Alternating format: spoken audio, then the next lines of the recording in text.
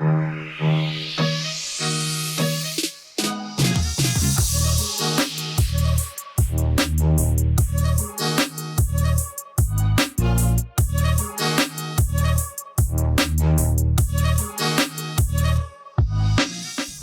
I'm here with Yona Weiss. So he had a great presentation at BPCon this year on cost segregation. And this is a really hot topic a lot of people don't understand. So I want to dive a little bit deeper into it, but really kind of give people the basics, because I know a lot of people in our audience have heard about it, don't know how to implement it. So I'll give you kind of my example. I'm an active real estate investor, so I fix and flip, and then we also do buy and holds, right? So I love cost segregation because it helps me basically write off some of those profits from our flips, and I'm able to write off that income and basically have a net zero at the end of the year. But anyway, I'll let you, how do you kind of briefly explain it? Yeah, how do I break down cost segregation? Think of it like as a cash flow mechanism using your income tax as a strategy. So cost segregation is an engineering study of a property that allows you to take more deductions from your income tax in the earlier years. So instead of regular depreciation, you have this advanced form of depreciation called cost segregation. Essentially, instead of taking a little bit every single year, you're able to pull from this pool of potential deductions that you may never see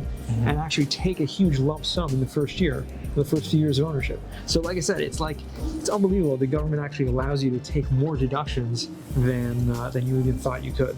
Awesome, cool. And the cool thing is, as your presentation talked about, you can do it on single family residences. A lot of people think it's this big commercial thing you do. Absolutely. But talk through, okay, an example. I buy a rental property for, say, $200,000. Let's say that was $200,000 was purchase plus rehab. What does it kind of look like to do a cost segregation on that? So the first thing we always like to do is run a free upfront analysis so you can see what the potential tax savings would be by doing a full cost segregation study. The process of it is having an engineer come to the property, either in person or with a video like a FaceTime, and just walking through, assessing all the things that are in it. Because what we're doing is breaking down the property into its components. So instead of saying the whole thing is going to depreciate over 27 and a half years and we're going to take a little bit every year, we're saying no, certain things like the carpeting, the fixtures, furniture, appliances, all that depreciates on a 5-year schedule. We're able to take those deductions over that faster 5-year period. So the process is pretty simple, pretty straightforward. We have that engineer view the property, compile a very detailed report, and then that creates a depreciation schedule. Essentially, that's you hand off to your accountant and say, hey, this is how much deduction I can take. Instead of taking this amount, I can now take this amount of deductions every year.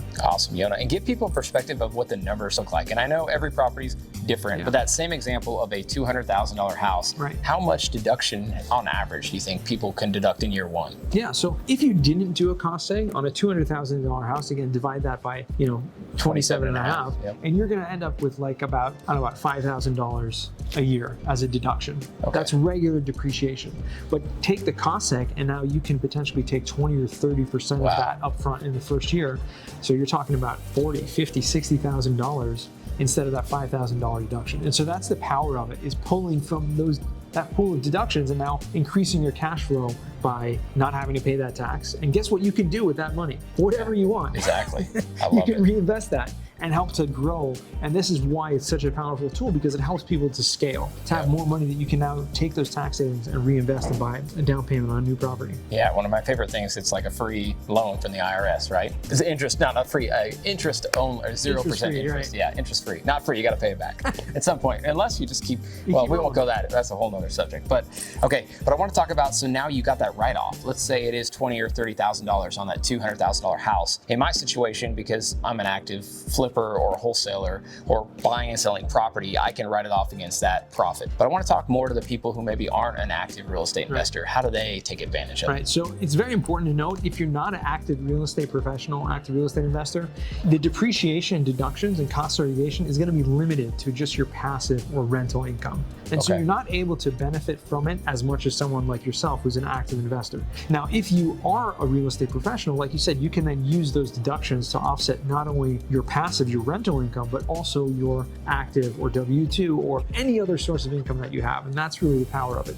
Like I said, if you are not active, you're just a regular W-2 and happen to have a couple of properties, it's a great tool to use to help at least not pay taxes on any of the rental income you have. There is one other source or strategy you can use, which is called the short-term rental loophole. Oh, I want to hear it. Go for it. which I'm not going to get too much into the weeds, but essentially it has different rules than any other type of real estate, which means if you own a short-term rental and the average stay is less than 7 days, and you materially participate, meaning you're spending a minimum of 100 hours a year, plus more time than anyone else, so you need to self-manage it, you're now able to use that depreciation from a cost seg against your active or your W-2 income as well. Against your W-2 income? Yes. Wow. It's something very similar to the real estate professional status, but you don't need to be a real estate professional, and you can still take advantage of that with the short-term rental loophole.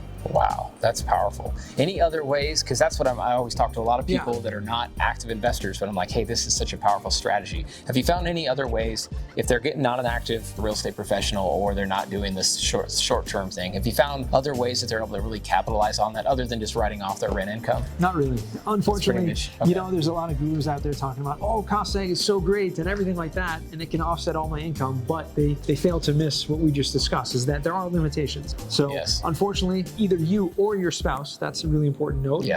Only one of you needs to be a real estate professional to take advantage of this. So that's a great thing. Maybe find a spouse that is a real estate professional. Yeah, that's such a really good point. A lot of people have done that. If their spouse is maybe working from home, or maybe they've got the time in their schedule to go become a real estate agent or participate actively. Right. Is it about 750? Is that still the correct? What's 750 hours a year, and it's really more time than anything else. So you can't really have a full-time job outside of real estate and also qualify as that real estate professional. But like you said, if you're a stay-home mom or just someone who is doing something else and can, but not full-time, and can invest that time to do the real estate, that's where you're gonna have the And to drive this point home, so you could be, say you're a high W-2 earner in oil and gas or some other industry, you got a really high-paying W-2 job where you're paying a lot of taxes. So you're saying if their wife became an active real estate professional, they would be able to actually then they could go do a cost segregation on their rental property, write off, have some significant write-offs in year one, and write off that W-2 income? That's correct. Wow, that's powerful stuff.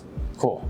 Well, Yona, thank you so much for your time. Pleasure. Very powerful stuff. Hopefully you guys are a little bit more comfortable now going out and go buy really the next step is to go buy a rental property. And then Yona said, go figure out the feasibility study of it working. And then hopefully you guys can take some advantage of those tax benefits. Hey, if you guys would like to hear more, hey, Yona, where can they find you? I know you got a podcast, you're on social media. Yeah, you can find me on all over social media. My podcast is called Weiss Advice, where I love to interview amazing, successful real estate investors. We don't talk much about cost seg there, but you can definitely find me on all the social channels. Love it. Well, thank you so much for your time, Yona. Appreciate it.